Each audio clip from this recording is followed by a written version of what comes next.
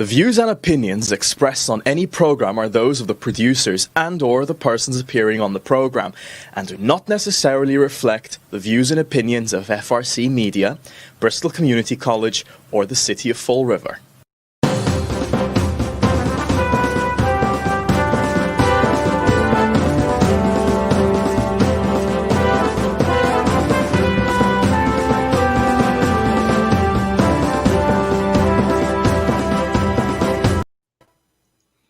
Well, hello. Welcome to Spindle City Straight Talk. I'm Chip. And I'm CJ. And it is Friday in the Riv, TGIF. And here comes Commander COVID. Oh, no, not that. Okay. As of yesterday, we have 124,139 cases with a total of 419 new cases. 9,051 deaths with a total of 15 new deaths. Bristol County has 9,657 cases.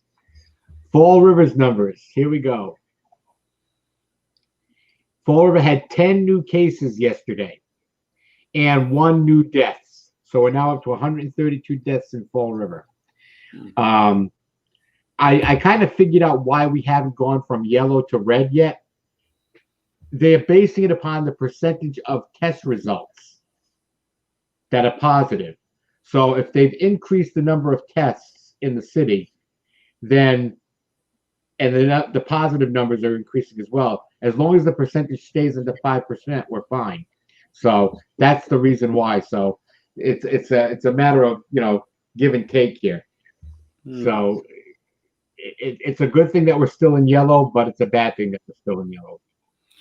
Yeah, and well, it's unfortunate we had a fatality. That's always a tragedy. But the COVID's been in the news quite a bit. I see that there was a Chinese microbiologist or virologist who worked on it and is saying that she has proof. She had to escape China, in her words, before they disappeared her, as they did with the other person who said that she is asserting that this virus was created in a laboratory. China created this, and she worked on this thing, and she has proof that this was a man-made mutation of a virus that only appeared in animals, and it was created in a laboratory and basically released intentionally. And it had nothing to do with the Wuhan wet market.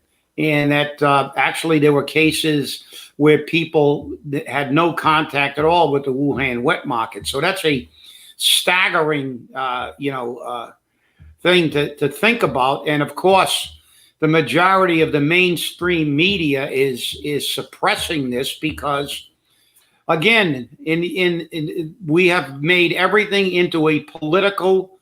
Everything is political now, even diseases. We can't even tell the truth about statistics and diseases because this country is so fixated on the Democratic Party to take over and the Republican Party to keep, and the anti-Trump and the anti-Green Deal and the anti-everything. It's a sad commentary on our society when the political parties have taken over the media in this country to the detriment of the safety of the people. And to prove that even further, I don't know if you saw it today, but this morning it broke that the mayor of Nashville suppressed the fact that they had low COVID rates so he could close the bars. So again, why would anybody do that? Hurt businesses except for political gain. They want to do this to make sure that the COVID is not a medical issue, but a political issue. And it's been political for a while. And right, and that's wrong, CJ. That is just flat wrong. And to lie to the public and suppress this information.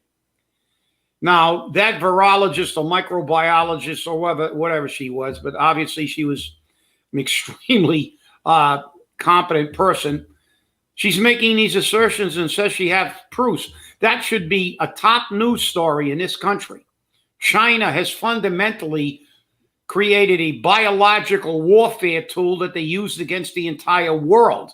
And whether she's right or wrong, we should find out.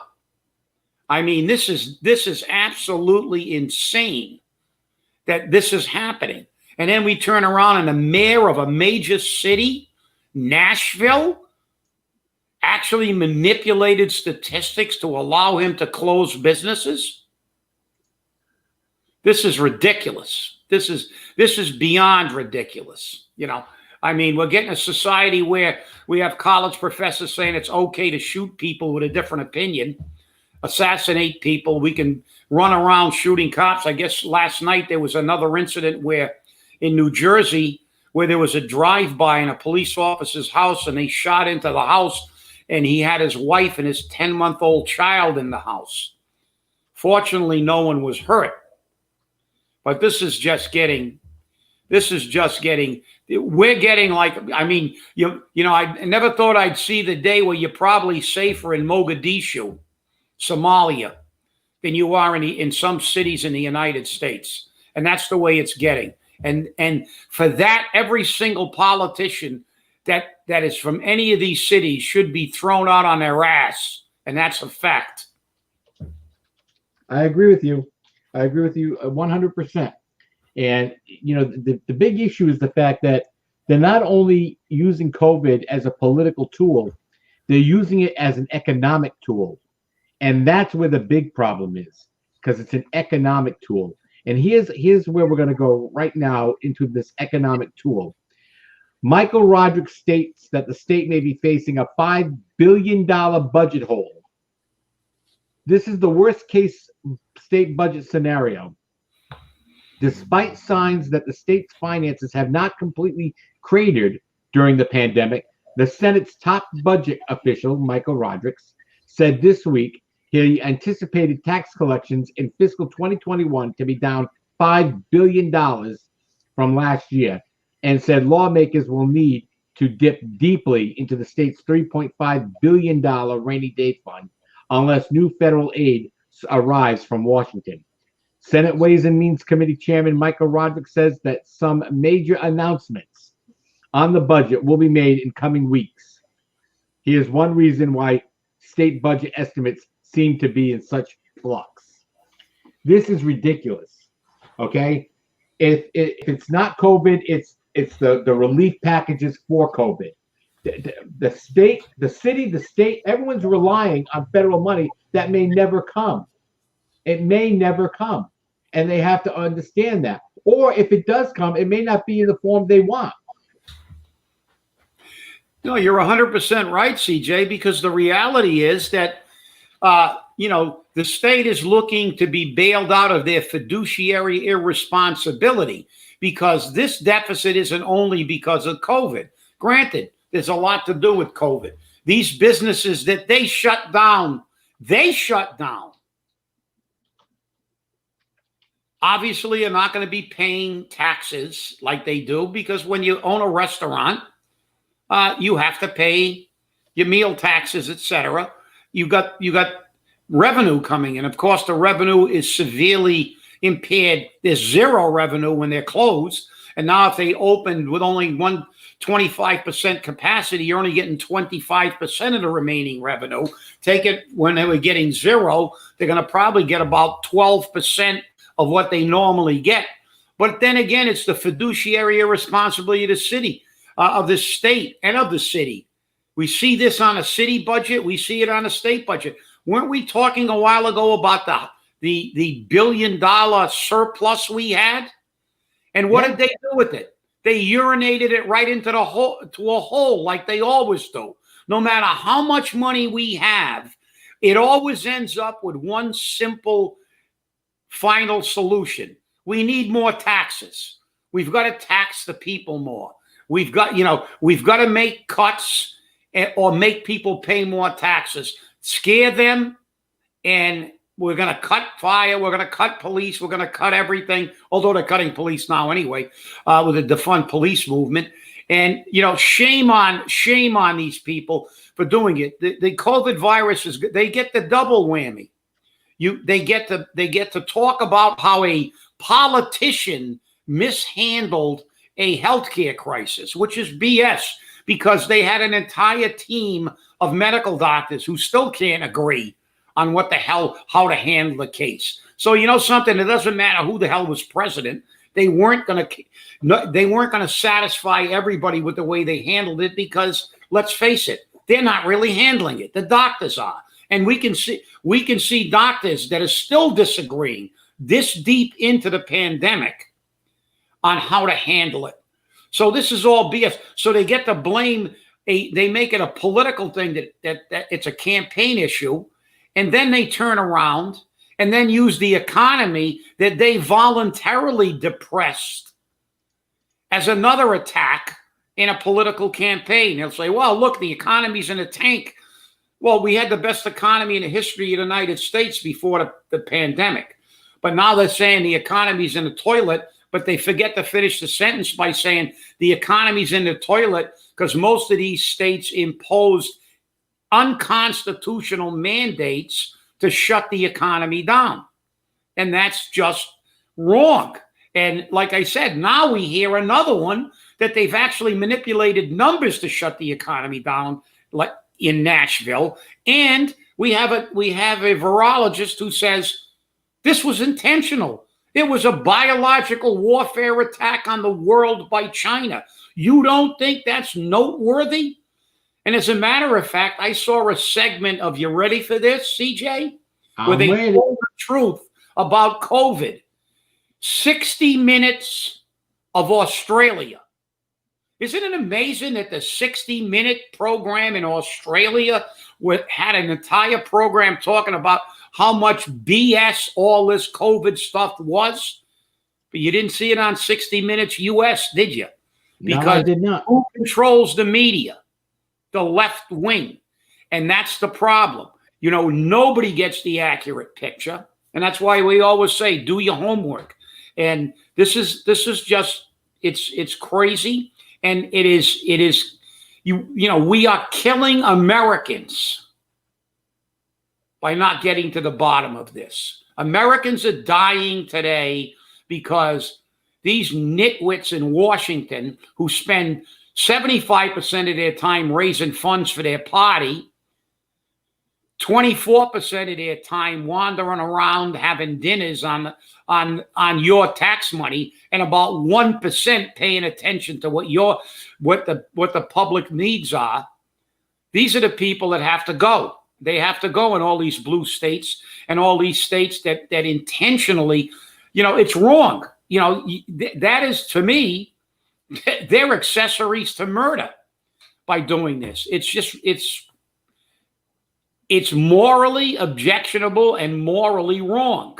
If a Rhode Island college professor wants to say it's morally okay to murder somebody with a different opinion because in his mind that was a fascist, well, I guess he was fine with the Holocaust.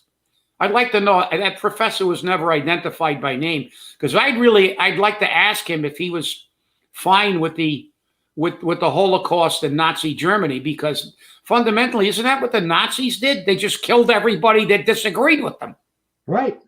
So I guess this professor is saying the United States has now become Nazi Germany, because it's okay to shoot somebody because they have a different opinion. It's okay to beat someone up because they have a different, pull him out of a truck and beat him while he's on the ground with multiple people. This is the society. Like I said, it's a sad commentary. We can say we're probably safer in Mogadishu. That's true. That's very true. I mean, or worse, in the Flint and Fall River. That's right. That's right. My neighborhood. Stop. The mayor of the Flint's going to be upset with you. Carlos is going to be upset with that comment. And remember, I was born, brought up, and still live in the Flint. So, yeah, it's a sad commentary on what's happening. And Mike Rodrigues, the Dino, that's always figured out a way to take it out on the taxpayers. They've always got an excuse to take it out, and they manufacture this problem. Remember, Tall Duvall,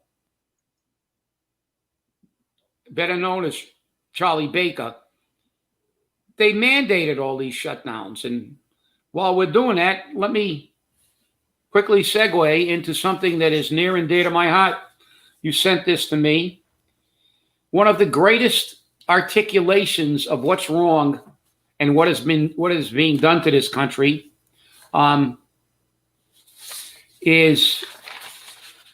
was a opinion by United States District Court Judge, Federal Judge William S. Stickman IV. I want everybody to listen to this, because this I think I've never seen a more articulate presentation of to say what's wrong with this society right now and what they're doing to us. This is a lawsuit filed against Pennsylvania, the governor of Pennsylvania, and the state of Pennsylvania for the imposition of all these restrictions. I'm not going to read you 64 pages, but I'll read you the conclusion, which is only a paragraph, because this is the important thing, and I want you to listen to this very closely. Of course, the case was whether it was legal for these people to do what they're doing. And this is what the conclusion says.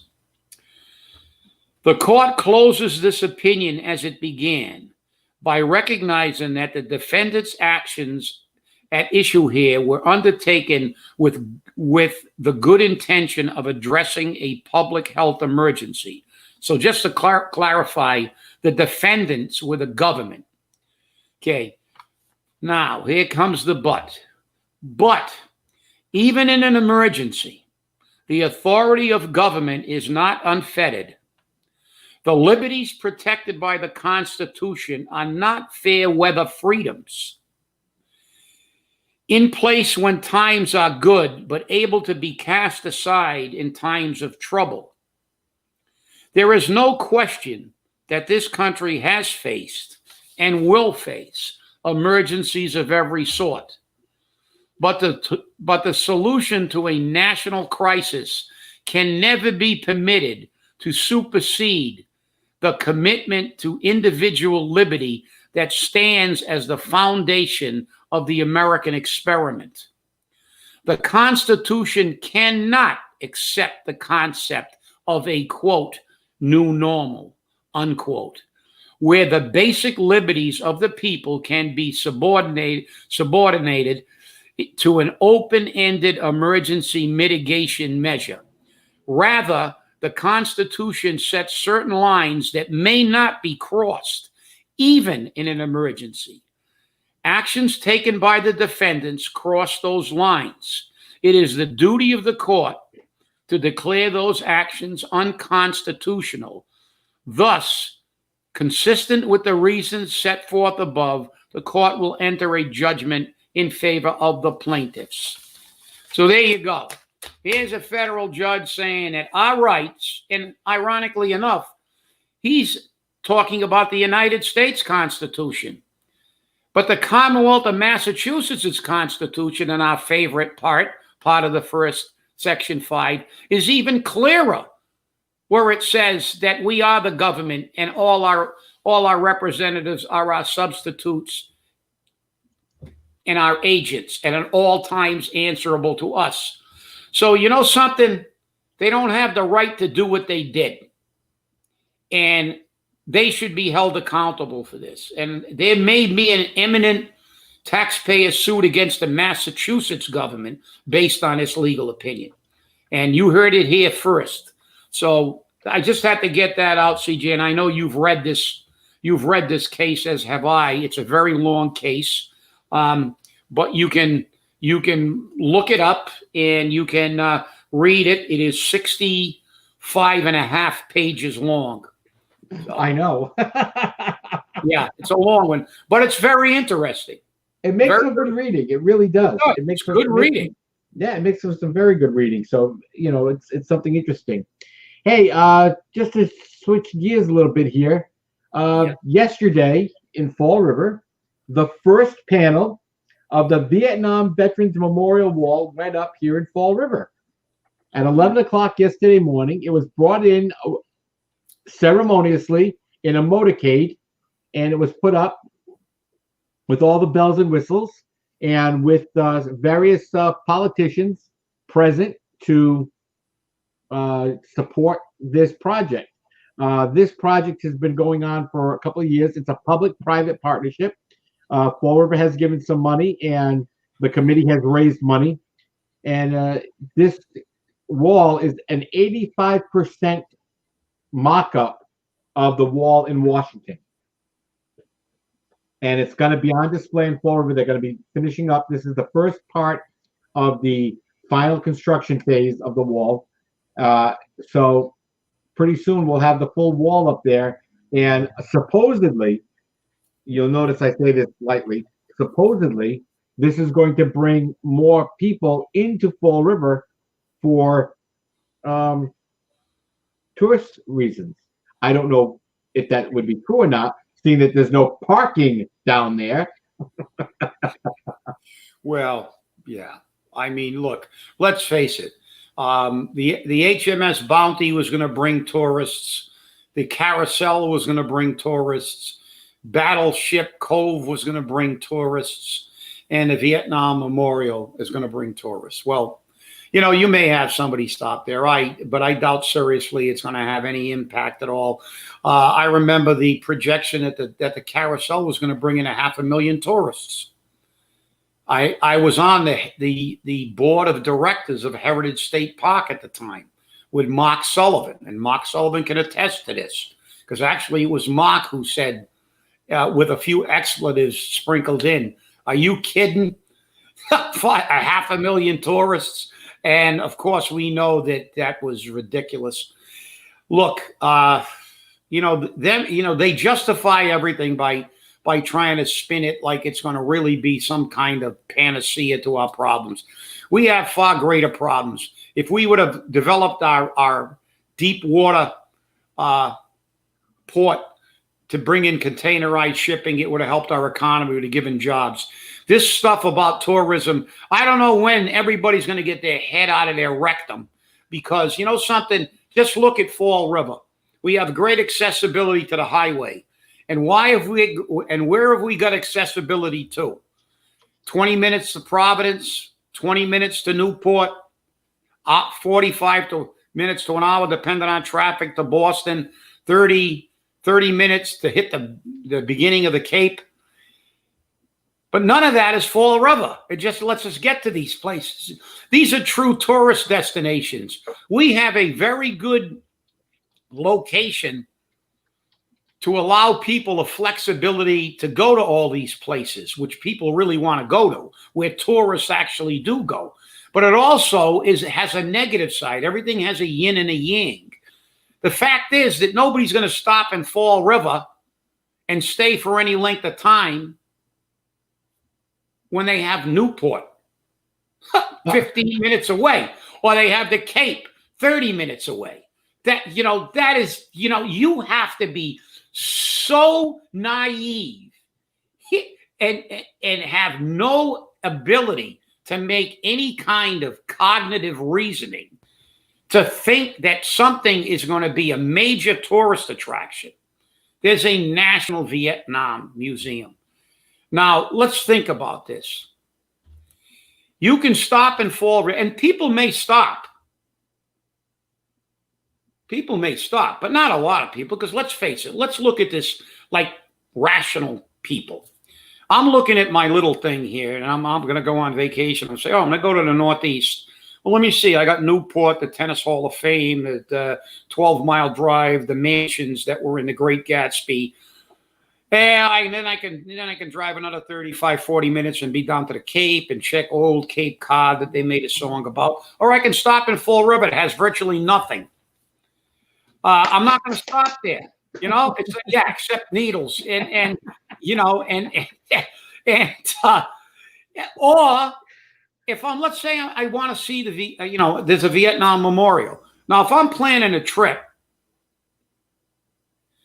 and I look at it and say, I can go to Fall River and see the Vietnam Memorial and then have virtually nothing except I have to leave the city to go to Newport or to Cape, or I can go to Washington, D.C. to the actual National Vietnam Memorial and then see the World War II Memorial, all the other, until they rip them down, until the Dems get in and they rip all the statues and all the everything, the obelisks down, and the Washington Monument, the National Holocaust Museum, the Smithsonian Institute, and the hundreds and hundreds of tremendous sites that you can see in Washington, D.C., and you're going to come to Fall River. Will you give me a break? I mean, how much Kool-Aid do you have to drink before you believe this? This is nuts. Nuts. Look, the memorial is a wonderful thing. It memorializes the sacrifice of over 58,000 men, Americans, men and women.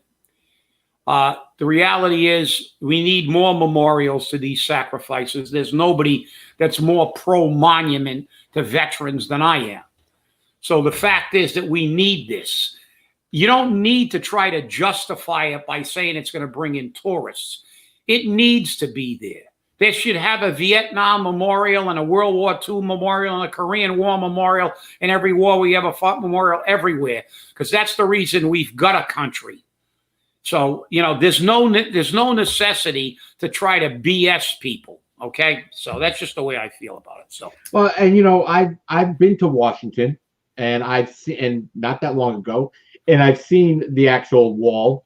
And it's imposing. It really is imposing. I mean, you feel, and you can feel for the people. I mean, I see people there that were putting flowers down on the panel where their son or grandson or daughter or whoever may be placed, the name may be placed because they're dead or missing or whatever the case may be. They would make etchings of the names, and down there they gave you the paper and the pencil to make the etchings of the names. And I've seen, I've been to the Lincoln Monument. I've been to the World War II monuments. It's amazing the history that you learn there. But that history is not going to be here in Fall River. And that's something that we got to recognize. I appreciate what they've done. I think that it's a great achievement that they've done by getting the money to put this together. Maybe if they could get the money for other things, it would be nice. Because Fall River can spend the money on this, but they can't meet a budget. I don't know. But we have to remember that people have died for our freedom. And as you've always said, you would just as soon name a street or a bridge after a veteran who's passed away or who's died than before we name it for some politician or some other nitwit that really hasn't done anything for this country. And you're right. No, it's true. Look, the monument is a wonderful thing. And as I said, we should have as many monuments as we can because to recognize the sacrifice. And there's no need to try to politically say, it's going to bring in tourists. No, it's going to bring in people and people who are here. When I went down, I went down and visited all those memorials. When I was down to donate my father's pictures that he took in Buchenwald when they liberated the concentration camps. So, I mean, I saw all those monuments, and Washington's a great place to visit. And hate to cut you off there, Chip. We're out of time. I got to say one thing quick before we leave. Go ahead. I have from three sources we have confirmed that there is a complaint filed in the school department on some type of harassment suit. So I have to say, thank you very much for that, and thank you for letting us. Will be following. Thank you for being let us in your home. Have a great day, and remember, stay safe and stay angry.